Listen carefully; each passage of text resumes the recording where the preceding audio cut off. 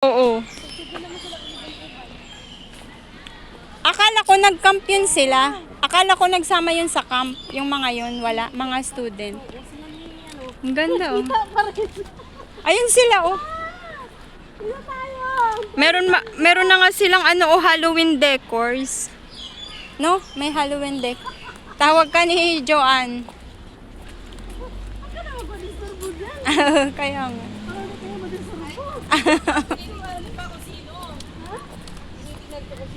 Sino? Sino pala? Oo nga, sabi ko nga, madalas itong dalawa magkasama.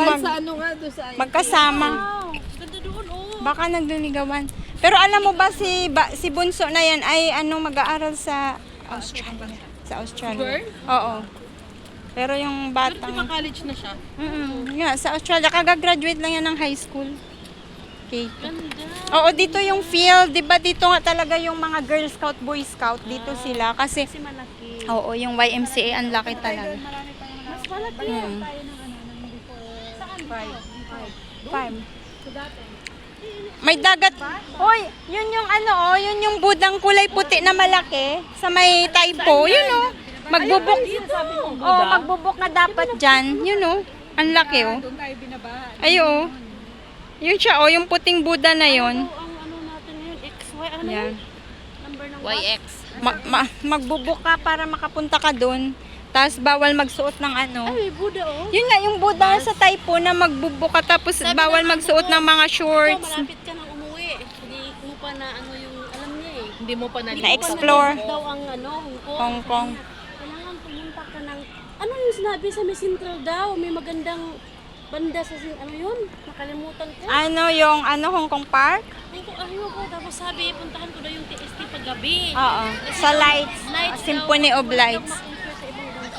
Oo. Symphony of Lights. Oo, yung Kaya nakita ko na yan dyan noon eh. Pero gusto niya pa anuhan kasi baka daw babalik ako kasama kami. Symphony of Lights. Tuwing alas 9 yata yun eh.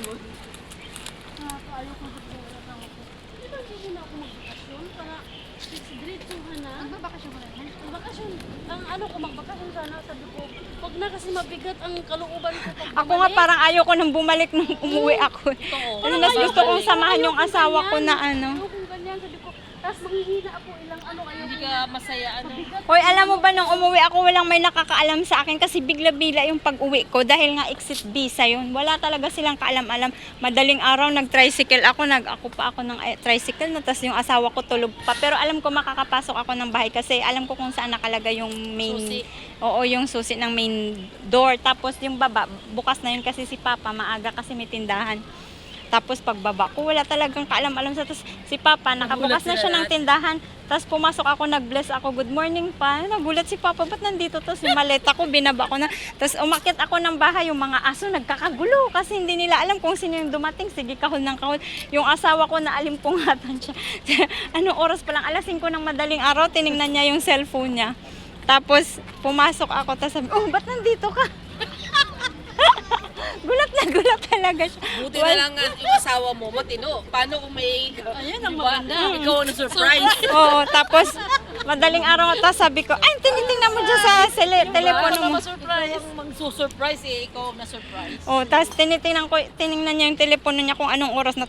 Anong binabasa mo dyan? Ginanong ko pa siya. Tapos tiningnan ko yung telepono niya. Wala naman. Nagduda ka pa no? Hindi, inaano ko lang siya. Kasi nga, kasi tiningnan niya agad yung phone niya. Tapos, ay, anong oras pa lang? Sabi niya, ba't nandito ka? Ano nangyari? Ba't ka Hindi umuwi? naman masama siguro na tumingin lang. Kasi Oo. syempre hindi naman... Pero alam ko kasi talaga yung Ano yan? password ng phone. Ay, robot. Baka invention nila. Kasi nga yung sa GCash ba? Ay, may robot nga. Oh. Mga invention nila. Invention ng mga estudyante. YMCA, Chinese YMCA Hong Kong. Of Hong Kong. Wokaisha Youth Village. Ito yung Wokaisha Youth Village. Diyan, sa pasok tayo. Pwede naman dyan, may dagat nga dun sa gilid o dun sa kabilang seaside. Tapos may parang CR dun din. Ang asawa ko, ayaw niya ng sa surprise. Wala naman siyang tinatago. Ang problema niya, madumi ang bahay. Yun nga, ang dumi ng bahay namin. Diyos ko, yung ilang araw ko doon, naglinis lang ako ng naglinis. Yung electric Pangalan pa. nila, may time Oo, maglinis. kasi Oo. magpalinis talaga. Magkuha ng tao para maglinis. Yun nga. Oo. Meron pang banner pag alam nila Oo. Welcome back. Magaling mga diba? Ako nga din, hindi nakapaglinis yung asawa ko sa sabi niya. Sabi na ng kapatid ko, uwi si ate, surprise daw, ti. Sabi niya, Han, wag mo talaga, wag kang mag-surprise. Sobrang dumi ng bahay. bahay. Sobrang dumi ng bahay na ilang araw ako naglinis lang talaga. Nilabahan na malinis na at saka hindi malinis, maisa na yan dahil ayaw magtupi. Sabi nga ng asawa ko, naglilinis naman ako, hindi lang ngayon. Naglilinis naman daw siya. Ganon din ako pag uwi. Linis Yung mga exhaust fan, sobrang itim. Yung mga electric fan. Diyos me. Tapos yung mga aso, ang dumi-dumi ng mga aso. Ito yung singer. Saan ito nakatira dati eh? Nandito pa rin pala siya. Oh, oh close. This door is for out. Out. Actually supposed to be, but it's not right now. It's closed. Ah, okay. Kasi Sabado. Pero ang ganda maglakad-lakad, no? Ang lawak ng village na to.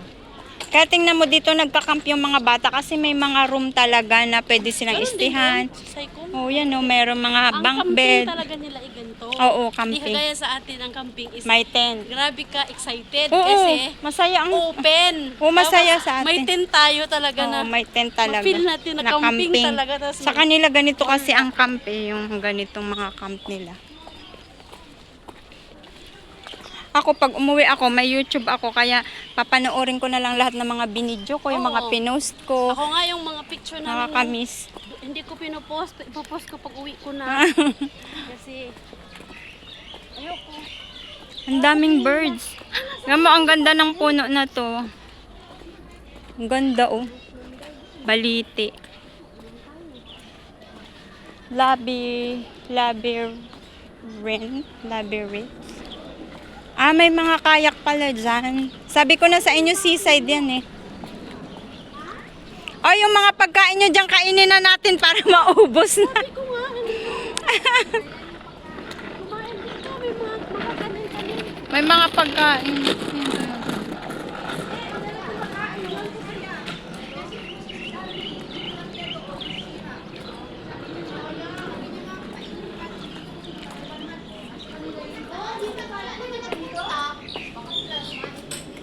Patience, love, goodness. Sabihin mo papunta dito sa may dagat. Hay, ang ganda pala dito. Ayun oh, yung dagat. Oh, sabi ko na sa inyo may dagat. Ayun oh, may dagat nga kaso sarado. Sarado. Kakainin namin yung mga pagkain dito. Punta dito, kain tayo. Self-control. Dito sa buka. Buka kayo doon. May ganda. Kamo dito sa may ano, sa may likod ng field.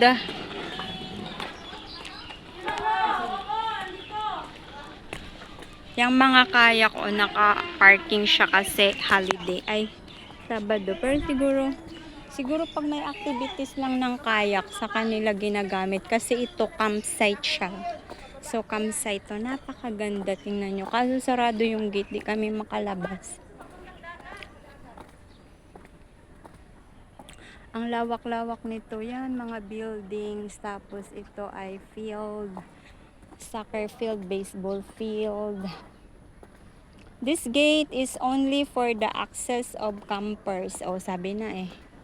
Kaya bubuksan lang talaga siya kapag yung campers and members participating in water activities for the uses, please use them.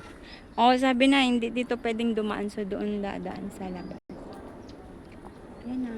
Ito na ang kabuuan ng YMCA or YMCA Chinese YMCA of Hong Kong. Yan. So ito yung water sports center nila. At may table dito, pwedeng mag-picnic. So kakain kami dun sa may waiting shed. Titingnan ko nga lang dito yung ano. Parang may tubig kasi dito. Baka meron silang nilagay na fish or pagong. Kasi mostly naglalagay sila ng fish or pagong. Mukhang madumi yung tubig di nila. Ayaw nga, ang daming pagong oh. O yan, mga pagong. Sabi ko na maraming fish and pagong. Pero sana nilinis nila kasi puro mga algae na oh. Mukhang may ahas pa dito. Yan yung dagat. O may aerator naman pero ayan o. Yung dagat dito sa ano. Sa iba yung daanan papunta sa dagat. Hinara nila to para lang sa pag may activities ang mga campers dito. Dito free yung water guys. May ano talaga sila. May mga filter yung water nila for drinking. Yan. So yun, may arko dito. Ang ganda. Ang ganda dito. So, meron kaming day camp ngayon. So, isang araw lang siya na camp sa church. Parang gathering, association meeting, parang ganun. Kaya nandito kami sa Wukay siya. Malayo to sa church namin or malayo to sa bahay namin. Kaya meron kaming private bus. Mamaya pipick upin nila kami 5 o'clock pa uwi. Pabalik ng church campus. Thank you for watching guys!